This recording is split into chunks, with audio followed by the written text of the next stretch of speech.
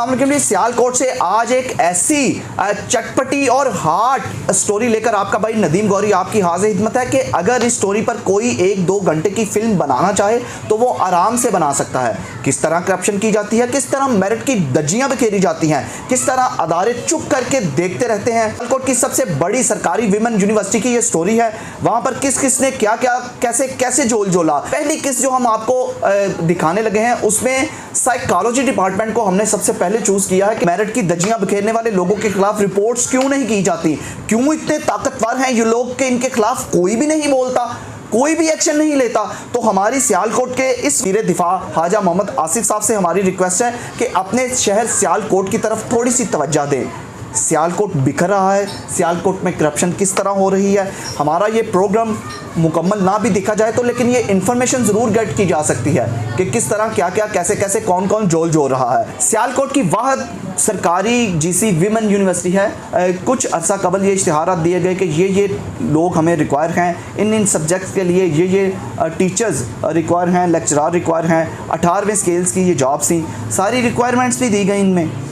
लेकिन उसके बाद हुआ क्या, हम सिर्फ साइकोलॉजी डिपार्टमेंट के हवाले से ये किस्त कर रहे हैं। साइकोलॉजी डिपार्टमेंट में लेक्चर की सीट के लिए 48 तक यानी कि 48 लोगों ने यहाँ पर एप्लीकेशंस दी, जिनमें से 27 लोगों को 27 एप्लीकेंट्स को शॉर्टलिस्ट किया गया।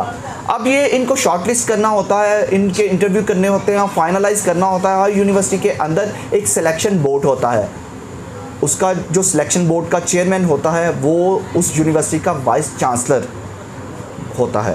तो इस सिलेक्शन बोर्ड के जो चेयरमैन हैं वो हैं डॉक्टर रुखसाना कौसर, जो कि इसी यूनिवर्सिटी की वाइस चांसलर भी हैं। सियालकोट की तहसील डस्का है, वहाँ का एक गांव है सुना है दीदो वाली, वहाँ से डॉक्टर रुखसाना कौसर का ताल्लुक़ है। फिर बड़ी यूनिवर्सिटीज़ में भी सर्व किया। पाकिस्तान की बड़ी बड़ी नामी गरामी यूनिवर्सिटीज़ हैं जहाँ पर इन्होंने अपनी खिदमत अंजाम दी, जिनमें पंजाब यूनिवर्सिटी का नाम सब जानते हैं, वहाँ पर भी इन्होंने सर्व किया। फातिमा जिन्ना यूनिवर्सिटी में सर्व किया, लाहौर कॉलेज वीमेन यूनिवर्सिटी में इन्होंने सर्व किया। उसके बाद प्राइवेट यूनिवर्सिटी में यूएमटी में भी ये सर्व करती रहीं।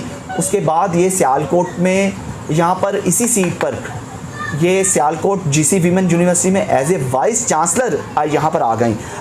पंजाब यूनिवर्सिटी में इनके हवाले से बड़ी जो चहमगोइयाँ चलती हैं उस पर तो हम लोग बात नहीं करेंगे, कुछ पर्सनल भी हो जाता है बंदे का, तो हमारा पर्सनल तो इनके साथ कोई मामला नहीं।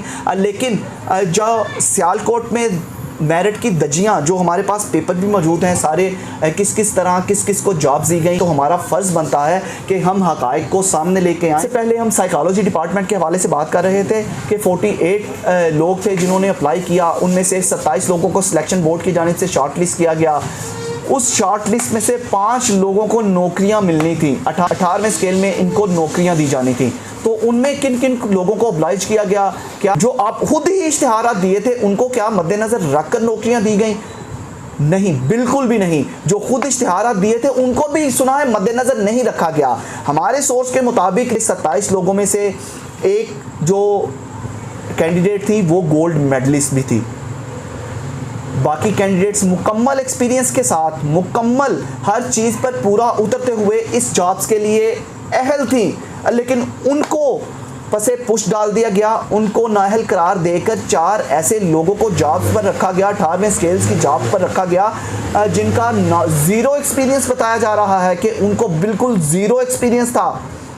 क्योंकि इश्तिहार में तो बताया गया था कि 10 से 15 साल का एक्सपीरियंस होना लाजमी है। HEC से रिकग्नाइज्ड यूनिवर्सिटीज़ में ये डॉक्टर रुखसाना अप्रोच हुई हैं, जीसी विमेन यूनिवर्सिटी की VC अप्रोच हुई हैं, यहाँ पूरा सिलेक्शन बोर्ड अप्रोच हो गया है, जिसके बायस से एक्सपीरियंस लोगों को, गोल्ड मेडलिस्ट को पीछे धकेल कर नॉन एक्सपीरियंस, ज़ीरो एक्सपीरियंस लोगों को आगे लाया गया है। उनको 18वें स्केल्स की जॉब्स दे दी गई हैं, जिनकी सैलरीज 1 लाख से यानी कि 1.5 लाख तक हैं।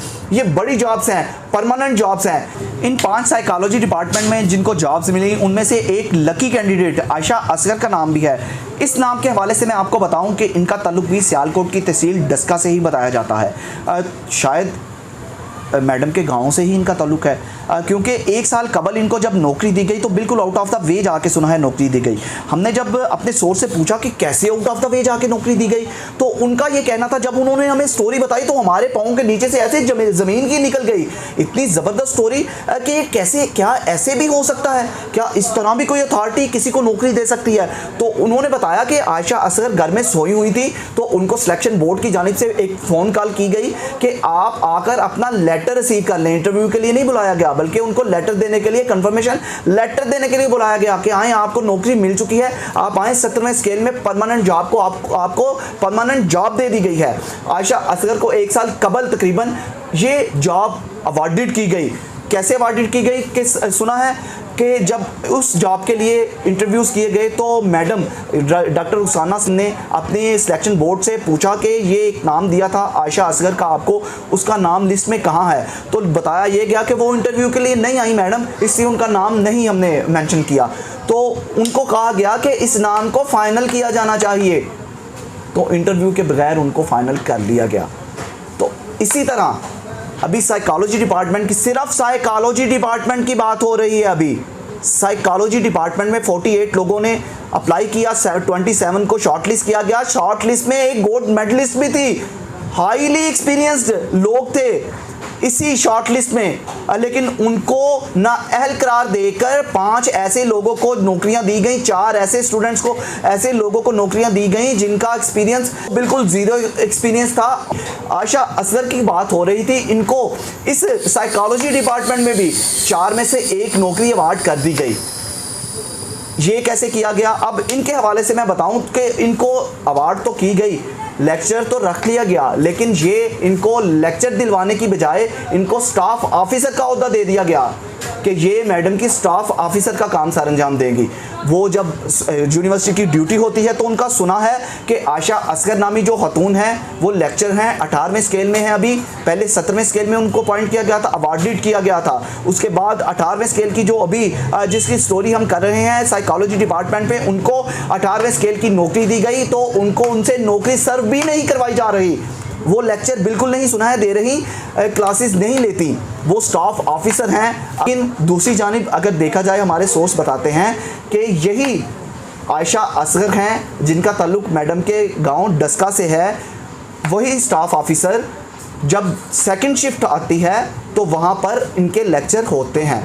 वहाँ पर लेक्चर क्यों होते हैं? जब सुबह की ड्यूटी इनकी है तो सुबह लेक्चर क्यों नहीं दिए जाते? स्टाफ ऑफिसर बन गई, लेक्चर नहीं देना। दूसरे टाइम में लेक्चर इसलिए दिया जाता है कि उस लेक्चर के पैसे चार्ज किए जाते हैं, जितने लेक्चर देंगे उतनी फीसिस, उतने अपने चार्जेस लेंगे सरकार से।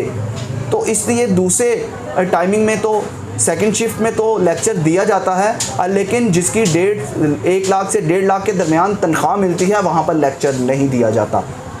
तो इस तरह ये किस तरह के जोल हमारे शहर के साथ जोले जा रहे हैं, मेरिट को किस तरह पैरों के नीचे, पैरों के तले रौंदा जा रहा है, इसका कौन एक्शन लेगा? हमारे शहर का कोई माई बाप है कि नहीं? यहाँ पर कोई अदारा काम कर रहा है कि नहीं? कोई ऐसा मुहिब्बे वतन अफसर है कि नहीं? कहाँ गए हमारे अदारे? कम से कम इनको कोई इन्फॉर्मेशन होनी तो चाहिए। अगर इन्फॉर्मेशन होते हुए ये चुप कर गए हैं तो इनको शर्म आनी चाहिए। कुछ तो ख्याल करें, कुछ तो अपने पाकिस्तानी मुहिब्बे वतन होने का सबूत दें। तो खुदारा हमारी किसी और से नहीं तो ख्वाजा मोहम्मद आसिफ साहब से ये रिक्वेस्ट है कि अपने शहर की तरफ थोड़ी सी तवज्जो दें, इन मामलात को हुजूर वाला इन मामलात को देखें, ताकि जहाँ पर मेरिट की दजियाँ बिखेरी जा रही हैं, गोल्ड मेडलिस्ट को पसे पुश डालकर यहाँ पर नॉन एक्सपीरियंस लोगों को नौकरियाँ दी जा रही हैं। बाकी 21 तो हमने सिर्फ साइकोलॉजी की है, अभी बाकी एक साथ ज़रूर करेंगे हम लोग, बाकी भी देखना ना भूलिएगा। फ़िलहाल इस स्टोरी से यहाँ पर कोई एक्शन लेता है या नहीं लेता, हम तो अपना किरदार अदा करते जाएंगे। तो फ़िलहाल यहाँ से अपने भाई नदीम गौरी को इजाज़त दीजिए। अपना बहुत सा ख्याल रखिएगा और हमें दुआओं में याद रखिएगा। अल्लाह हाफिज़। पाकिस्तान जिंदाबाद।